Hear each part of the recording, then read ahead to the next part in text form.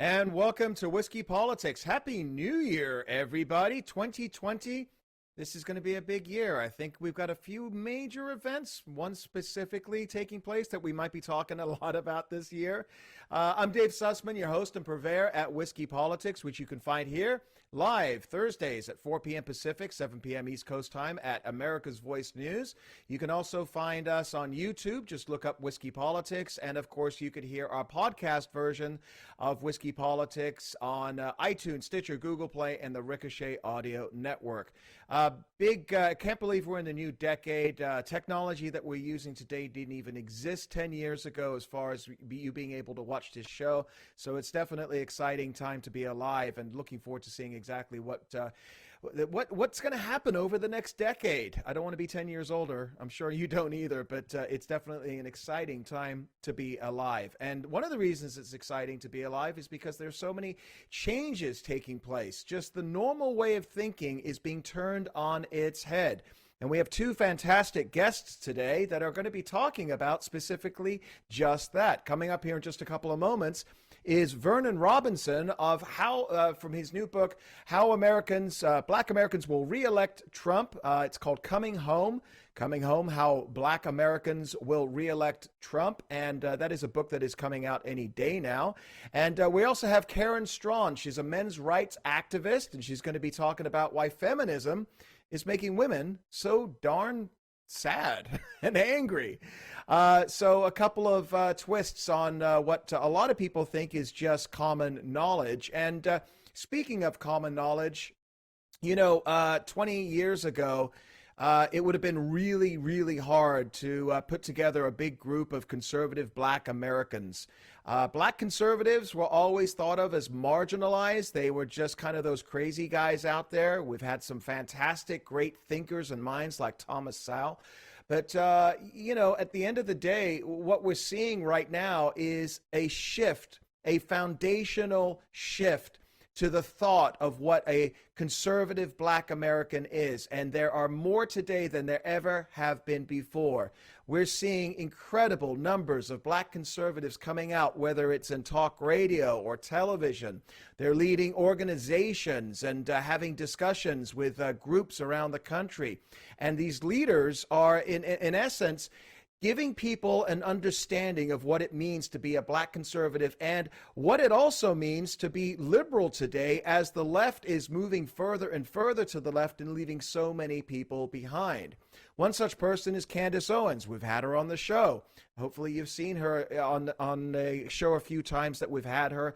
She is incredible. I mean, from the standpoint of what Black exit, or the Black exodus from the Democrat Party has become, it is a huge movement. And this month, coming up in North Carolina, she has a Blexit event for Martin Luther King's birthday. Here's a quick clip. What's up, Atlanta? Yes. I'm all drive, I can't even complain. I just made a hard left down victory lane. No pit stop, they told me no pain, no gain. I was born ready, promise that won't change. I get pissed off when people try to control me. God made me free. I'm free. God made me free. I am going to stand up for that flag, stand up for that Constitution. It's like the stars have aligned. Came in with a purpose like my birth was a sign. Competition tide, they've been playing from behind. Come to realize I'm the best by design. I refuse to be a victim of anybody for any reason. Don't worry about my feelings and idealists who sleep through the dark like night vision luck. Hey, one time for the hustle. Straight flexing, didn't have to lift a muscle. All ballin' with the Wilson like Russell. No belt so my knees don't buckle. Black Americans are waking up and ordaining to think for themselves.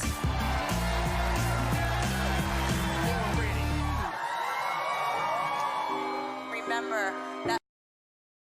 Candace is a brave, brave young woman, and a lot of folks who call themselves Black conservatives are brave, but they are coming out. They're coming out in big numbers. And a book that is just about to come out on this called Coming Home, How Black Americans Will Re-elect Trump, written by Vernon Robinson, who's a conservative political analyst. He served as a captain in the U.S. Air Force, and he was a city council member in Winston-Salem, North Carolina, and has been a candidate for U.S. Congress. Welcome, Vernon. How are you today, sir? We're doing great, and I'm looking forward to seeing Candace, meeting her for the first time in Charlotte on the 19th. Yeah, she's a dynamic young lady, full of energy, and I got to tell you, I mean, it's just from my standpoint, I see the history of Black Americans and the Democrat Party. Unfortunately, not a lot of people do. But one of the things that you have in this book, and I want you to talk a little bit about this book, and that is that you're suggesting that 2020 may be the year, much like 1936 was, the year that the Black vote switched. What do you mean by that from a historical and a present day perspective? Well, a lot of people think that Black voters started voting Democrat in the 1960s, but that's not when it happened. If you recall, there was a big exodus from the South as Black Americans looked for greater economic opportunities in the North, and they also, for the first time, had political rights. And so FDR was trying to figure out how can we sell his candidacy. They couldn't sell the Democrat Party because these Black voters knew the Democrat Party, and the Democrat Party was not a friend of theirs. It was the party of segregation, the Klan, slavery, etc. So FDR's folks said, hey, let's sell him personally. So they went on a charm offensive, and they were helped out by Herbert Hoover, who had resegregated the White House and had refused to talk to Black voters. And if you listen to Democrats saying Republicans will never get Black voters back, sounds a lot like the Republicans in 1932 and 1933. The result of that charm offensive, by the way, was that Roosevelt was able to get 76% of the Black vote in 36, where Black voters would not be a majority Democrat, self-identified Democrats, until 48. And then there was a little blip in 56 with Eisenhower getting credit for sending in an airborne division to desegregate the schools.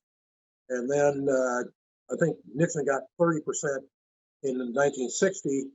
And then there was the blowout in 64 where Democrats accused Goldwater, who had an excellent civil rights record, of being a racist, and it stuck.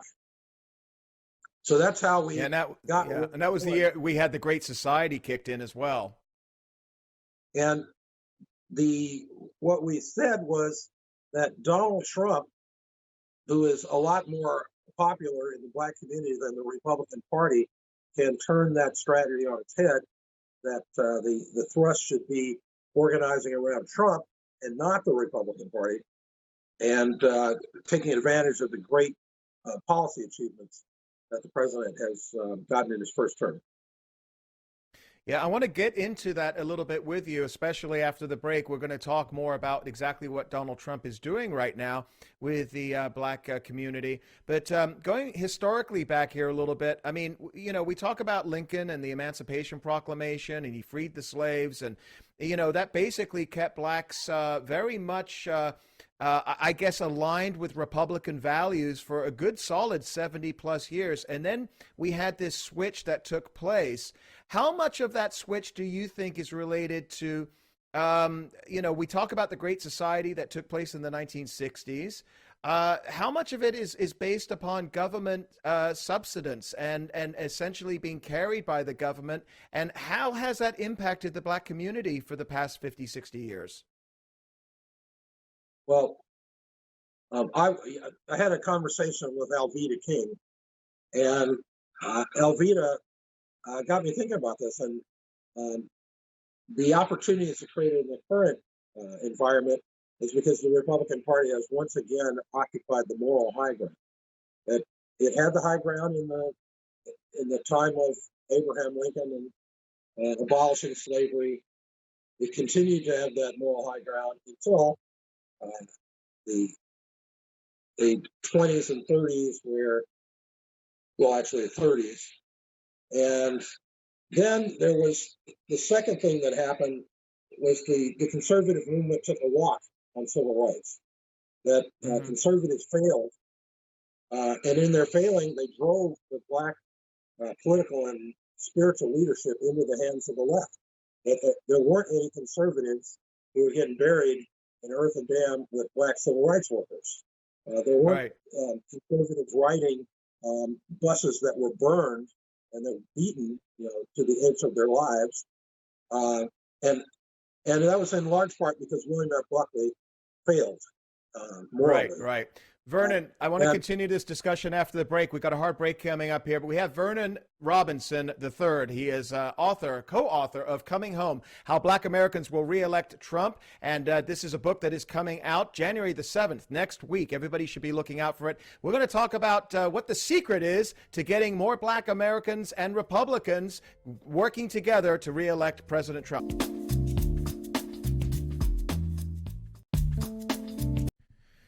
And welcome back to Whiskey Politics. Dave Sussman here. And we have Vernon Robinson, who is a co-author of the new book that is coming out this coming week. Everybody look for it on Amazon and on Facebook, called Coming Home, How Black Americans Will Re-elect Trump. And you can find that, like I said, on Amazon and on Facebook. Vernon, you say here that Coming Home is not just about resisting the radicals that the left have become, but triumphing over them with a landslide victory for Donald Trump. How are you so certain that we have those numbers? I know that we've just seen some polls that have come out, 3 separate polls that show that black support for President Trump is over 30%. So is that what you're relying on here, or what else is it that you're seeing?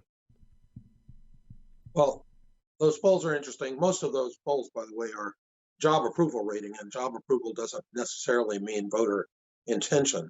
But there was a poll that had preceded those polls by about a week that was on voter intention, and it said that black males were intending to vote in the high 20s, low 30s for Trump against any generic Democrat opponent, which is stunning. I mean, if that came to pass, then there would be no problem winning the swing states, and Democrat Party would be reduced to sort of the new Venezuela from Maine to Northern Virginia and that 50-mile strip down the West Coast and Hawaii and a couple of towns. But there are a couple of things. Essentially, in spite of the conservative movement's failure and being more concerned about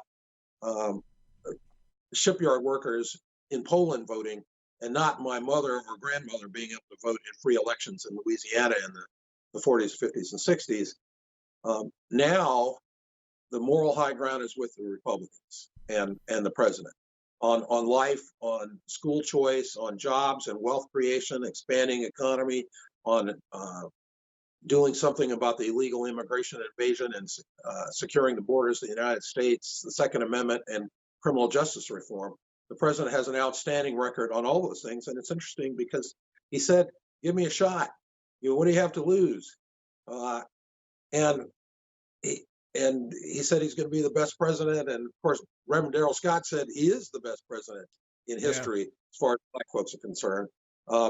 The economic indicators, unemployment's down, the gap between white and black unemployment's down, wages, particularly for the lowest income workers, are surging, something that's happened for 20 years.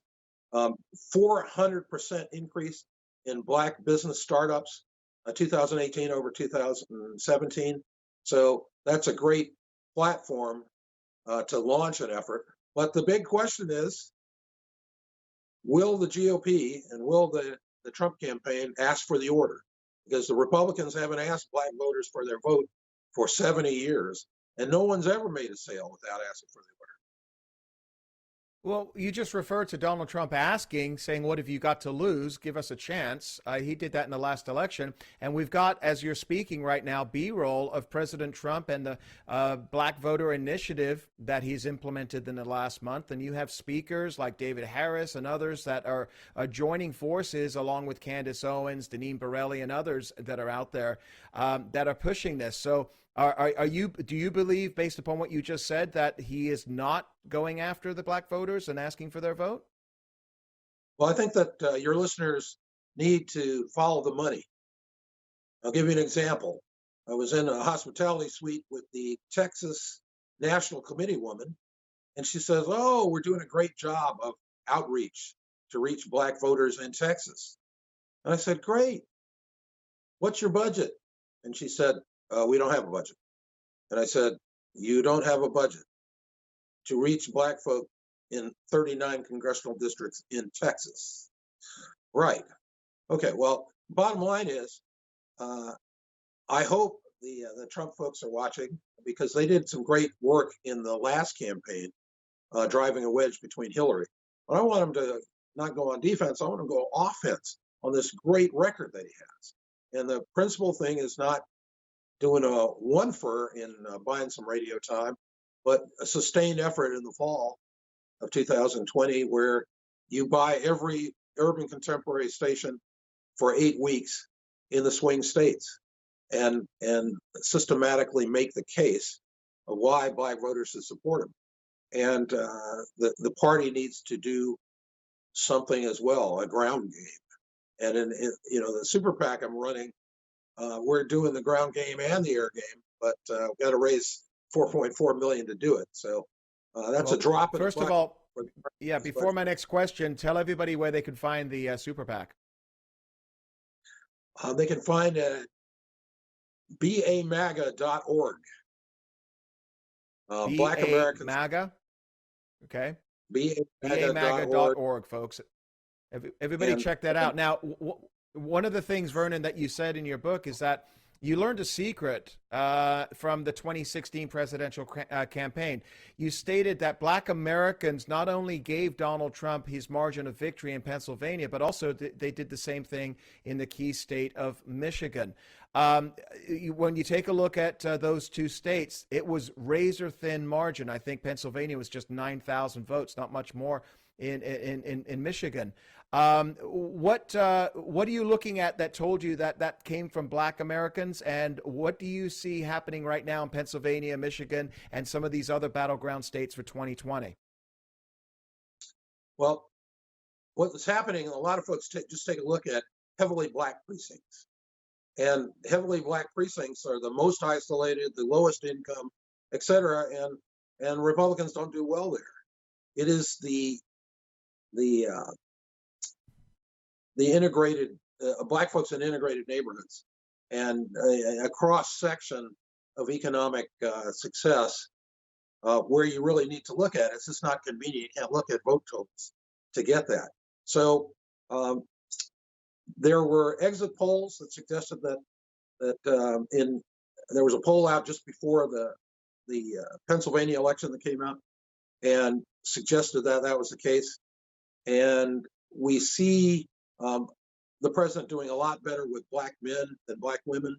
We saw stunning numbers in Florida when the school choice issue got 100,000 black women, 18% of the population, 18% of the black population, to vote for the Republican Ron DeSantis over the black Democrat, because the black Democrat said he was going to end the school choice programs that the children and grandchildren of the black women were benefiting from. So the track record, the polling, and the other thing is, when we run ads in the fall, we're not going to say, go put a MAGA hat on, go put a sign up. We're going to say it's okay to vote for the president, but you don't have to tell anybody. And that's, the bottom line is the president's been demonized. And, black voters are sort of doing what Russians do when you poll them. And the Russians say, polling? You kidding? I'm going to tell you what I'm actually going to do. I'm not doing that. Yeah, pollsters today are reporting that when they got it so wrong, most of them, 98, 99% of the pollsters in 2016 got it wrong, that today, instead of calling up and asking somebody, who are you going to be voting for, a lot of people don't want to say to some stranger, I'm voting for Donald Trump, because the vernacular on that is, oh, you're just a racist, and that's what people are hearing. Instead, the question is, who's your neighbor voting for? Do you know who your neighbor is voting for? And that way they could disassociate themselves. But I was talking to Van Jones a couple, 3 years ago, and he said historically the Democrat Party needs to have 92% of the black vote to get the White House. Anything less than 92%, which is an incredibly high number, they lose the White House. And so you're saying right now that you're looking at 25 to 30%. You're putting a plan together in our last couple, 3 minutes here, Vernon. You've put a plan together for black conservatives to get that 25, 30% of the black vote for Donald Trump in 2020. Can you tell, besides the budget that you just referred to before, what are some of the other things that people can do? Well, one of the problems the GOP, your listeners can ask for the order, can knock on doors. Victory phones do not call black Democrats. They don't call white Democrats either. But unlike the white Democrats, the Democrat Party has gone so far off the range, talking about killing babies after they're born, selling their body parts, putting men transjacking women's sports, so black girls don't get scholarships to go to college anymore. All this stuff is way out there, opposing school choice and supporting the unions. So we got to ask for the order. And folks can do that on a local level. They can talk to the local Republican Party to do it on the local level. But we still have to spend the money, because you can reach half of the black electorate each week for 8 weeks with those radio ads on urban contemporary radio, even if the talk show host is a liberal. Tom Joyner is a big-time liberal. We bought 5 of his stations, moved black voters 11 points in the 2014 Senate race in North Carolina. And as you pointed out, the Democrat only got 83% of the vote, and she lost big time. Well, there you go. There you go. That's what, and it comes down to, you've got a movement right now. You've got a youth movement. You've got the Candace Owens of the world. You've got people that you want to draw, their attention to great thinkers like Thomas Sowell.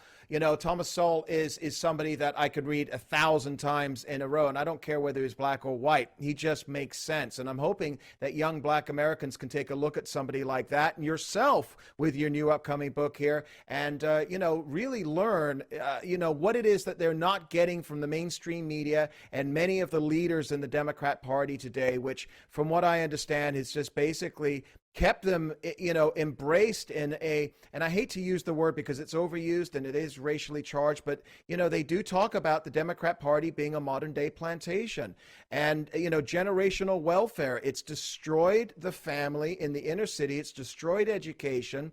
And as a white American or a black American or a Hispanic American, I don't care what your hyphen is. You're an American. You're a human being. And I think everybody deserves, the freedom of opportunity. And I think we're all on the same page that doesn't come from a centralized government. So please, again, tell us, Vernon, where everybody can find your new book, when it's coming out, and how they can get involved with your PAC. You can go to the PAC. There's information you can get. We can send you Make Black America booklets, Make Black America Great Again booklets to hand out to black voters. Been very successful in several states with those pamphlets. The book is on Amazon for pre-order, and it comes out on January 7th in Barnes & Noble and other fine bookstores. Vernon Robinson, Coming Home, How Black Americans Will Re-elect Trump. You can find the hardcover on January the 7th. Thank you so much for joining us. Wish you best of luck with the book release, and we'll have you back on down the road to see how things are going for the election in 2020. And I'll be right back with Controversial.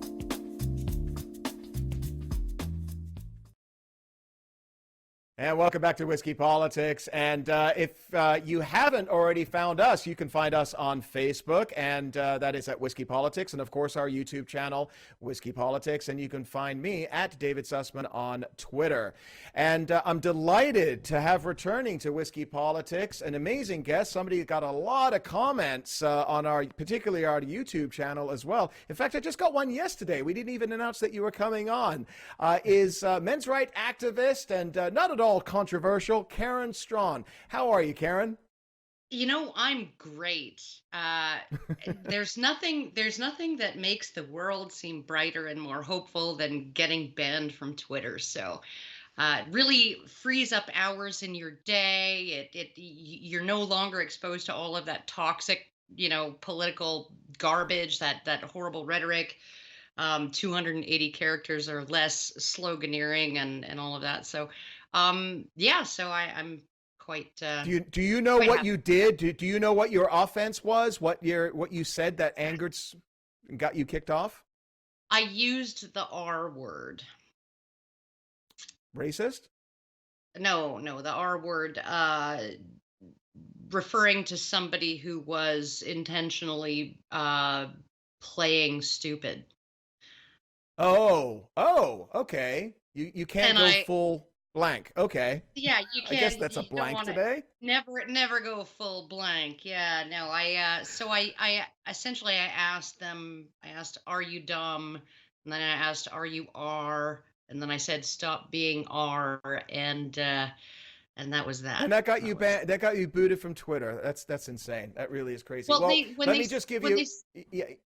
I just want to give you a quick introduction to you for folks that haven't seen our previous interview or seen you elsewhere. You've been in a ton of content online. You were in the movie The Red Pill. That's Cassie Jay's movie.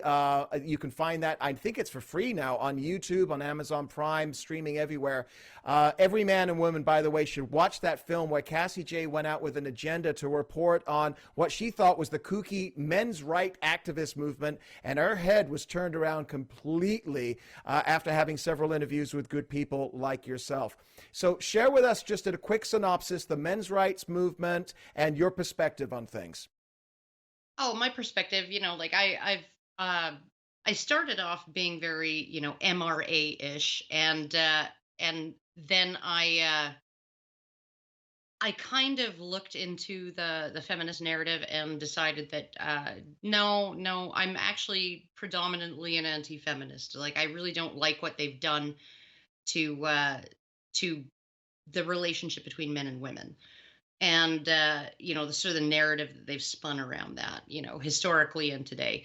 And but as far as men's rights go, there are a ton of areas in which men suffer either a lack of legal rights, like just an ink and paper lack of legal rights, and then other areas where their rights are infringed upon.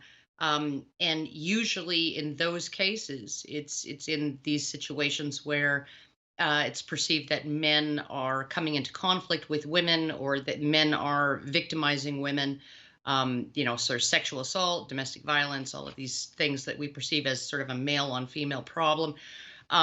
So those are things that all really need to be addressed, because the narrative that we have in our society regarding a lot of those things is completely false. It's totally bogus.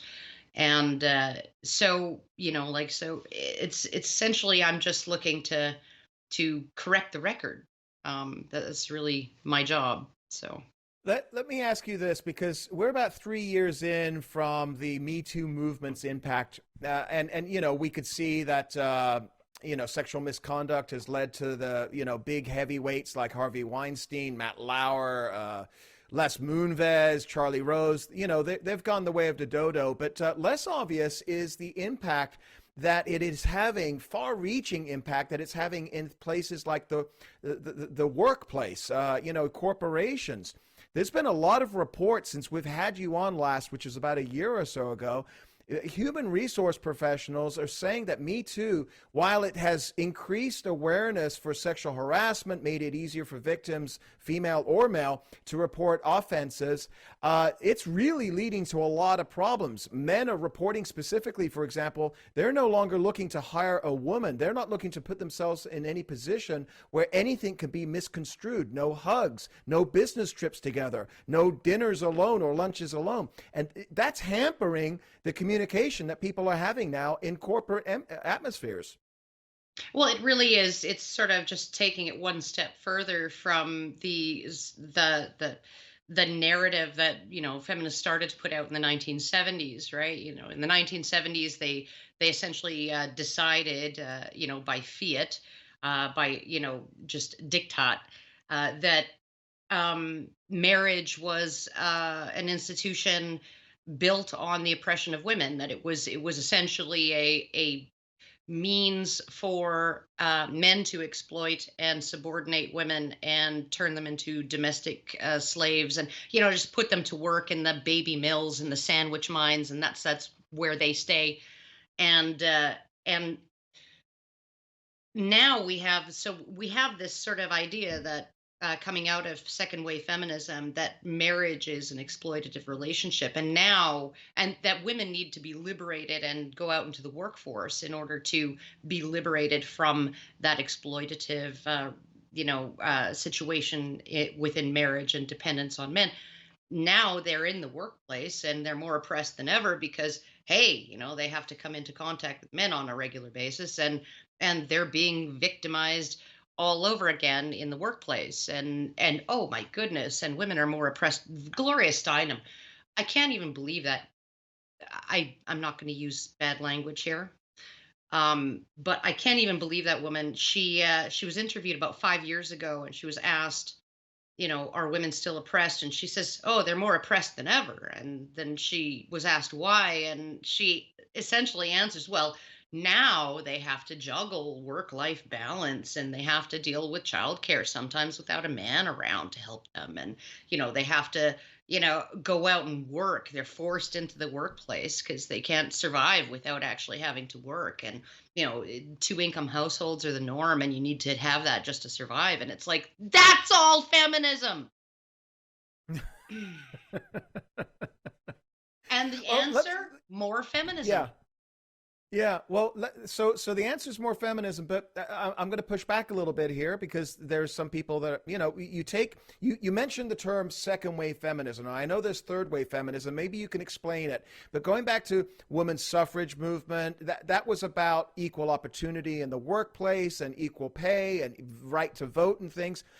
What I assume that's the first wave feminism. What is second wave? And then what is now what people refer to as third wave? Well, the first wave feminism was really about the right to vote. That was the primary thing. They didn't actually achieve that for women. I'll just let you know right now that they were actually in many ways detrimental and slowed that down, particularly in the UK. But that was what that first wave of feminism was primarily about. It was also about marital property laws and child custody laws and things like alimony and child support and the right to divorce and things like that, right? So you had this initial wave of feminism that I think, there were definite grievances there. They were legitimate grievances, but the way that they dealt with them, in my opinion, was sorry about my dog.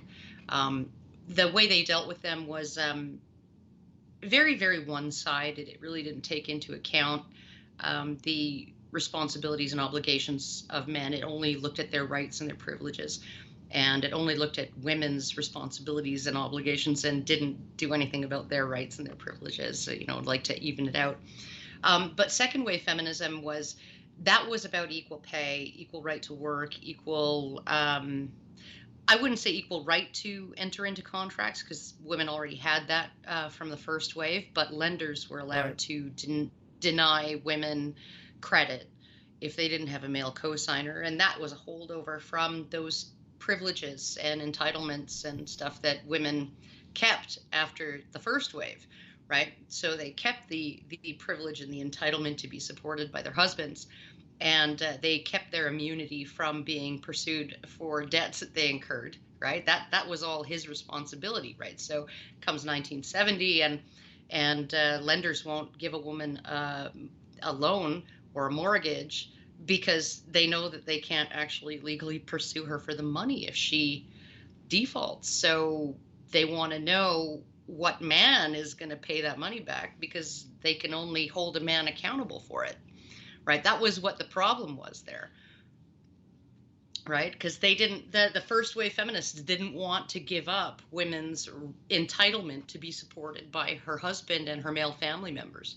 They didn't want to give that up, right? Well, if you have a blanket entitlement to be supported by a man, and you're immune from paying taxes on your income, you're immune from any debts that you incur, you're immune from, any kind of accountability for any of that, any kind of financial accountability, why would I lend you money? Right. If the law says you don't have to pay it back, right? And I'm going to have to hunt down some man to stick with the bill. Like, I'm going to have to go to the trouble of finding out which man is responsible. Is it your father? Is it your brother? Is it your husband? Is it your adult son? Who can I hold accountable for this? Right. So, but they wanted that. They wanted equal pay. They wanted the right to work, even though women have always had the right to work, equal opportunity and education, all of those things. But with the second wave came this the women's studies, the birth of women's studies in universities, and that essentially was the birth of the doctrine, right? The I guess the revisionist history, and all of these sort of philosophical ideas as to why things are the way they are, right? So they would say that a woman would need a lender would demand a male cosigner because women were considered inferior. Right? They will not look at that little holdover from the coverture laws surrounding the obligations and entitlements of men and women in marriage and admit that, well, okay, it's actually because women can't be held accountable for their debts. Their debts are actually being pinned on men who may not have had any. Yeah. Right. So, I mean, they won't look at that. So, and that's where all of this sort of doctrine, the patriarchy, rape culture, marriage. And that's what's led to a lot of what we're seeing right now with Me Too. And that's just kind of graduated from schools into the boardrooms. And we're going to talk about more how that has impacted our interpersonal relationships and men's perspective as well. And something referred to as the men going their own way movement. We'll be right back with Karen Straughan from a very cold North.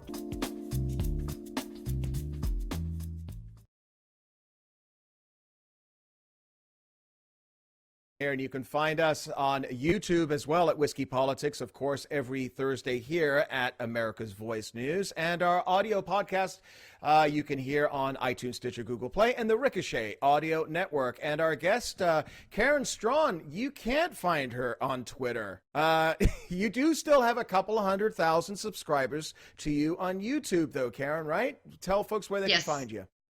YouTube, Girl Writes What is the channel name, or just Google my name, Karen Straughan. I've been doing a lot of interviews on talk radio, and also I did 3 separate conferences just this last August, and another 2 in November. So there should be speeches and stuff up for those as well. So yeah, I think you just got back from Ireland, is it? Yeah, I was in Oslo, and I was in Amsterdam for sort of just a meetup on the 16th of November, and then on the 19th for International Men's Day, I was in Oslo and gave a speech there, and then the 23rd I was in Dublin. So that was very nice. Quite the nice trip. This is a global concern, and we're seeing this across the globe right now, and it comes back to the results of this first, second, and third. Many people say third wave feminism right now. And let me just ask you this, because you've been banned from Twitter. You've got a lot of haters that are out there. And, I'm just going to ask you point blank, what is it about you or the men's right activist movement, if you will, that is such a threat that you have to be banished from social media? Oh, geez, it's a lot of things. I think that we're just as a society, and this goes for every society, including chimpanzee and bonobo and gorilla society. Like all other primates. We're much more gentle with women. We're much more protective of females than we are of males, and I think that men's rights, and particularly because men's rights has to place itself. It's like that domestic violence thing, right? Women need feminism to liberate women from men, right? Well, men need men's rights. Why? Right? Oh, it must be because men want to harm women. It must be because men want to turn back the clock, 50 years or 100 years. It must be because men want to subordinate and oppress women, and they want to get back to like the bad old days, when all the men were privileged and dominant and all the women were basically their slaves, and like that history that never existed, as far as I can tell, and does not exist anywhere, even in places where a lot of people think, a lot of conservatives think it does not exist in that way. Um, so, of course, men's rights are going to be considered to be the opposite of sort of the women's liberation project, and be, aimed at tying women down or limiting their choices, and so yeah, we end up having to contend with feminists who are So wanting to you shut us down referred, all the time. yeah, you referred to yourself as anti-feminist, though, in our last segment here. That doesn't mean that you don't support women's rights, though, right? No, no, God, no. I support equality under the law, equal opportunity, not necessarily equal outcome, but equal opportunity. I support fairness for everybody. Um, Okay. when I talk about feminists, and if you're listening and you consider yourself a feminist, I have a very particular way of defining feminism. Feminism is the belief that society is historically and currently best described as a patriarchy, wherein patriarchy can be defined as male privilege and dominance and female subordination and oppression, right? And if you don't believe that that's how society operates, if you don't believe that that's how your great grandfather treated your great grandmother, then I don't. You're not the people that I'm talking about, right? The people that I'm talking about have essentially, I mean, it's not just a movement. It's not just right advocacy for rights. It's actually an entire body of, I used to call them theories, then I switched to hypothesis. Now I call them conjectures because they don't even stand up to enough scrutiny to qualify as hypotheses. But this is what's being taught in women's studies and gender studies in schools, right? And they just took Karl Marx's playbook. They crossed out, struck through bourgeoisie and put in men, and they crossed out proletariat and they put in women, and then they just took it and ran with it. And it's garbage. It's just complete bunk. It does not describe the relationship between the sexes currently or ever. One of the collateral, I would call it collateral damage, one of the things that as ramifications are from this whole Me Too movement, this third wave feminism, is the assault on our rights. And I'm not just talking about as men, but I'm just talking about as, well, human beings. For example, last time we had you on, it was right on the heels of the Kavanaugh hearings that turned out to be just absolutely, when you talk about due process and your Fourth and your Fifth Amendments, all of that went by the wayside by the extremists that seem to have the loudest voices today, with a complicit media that carry those voices. It's been a year since. Do you think we're going in a better direction now, or are you more concerned?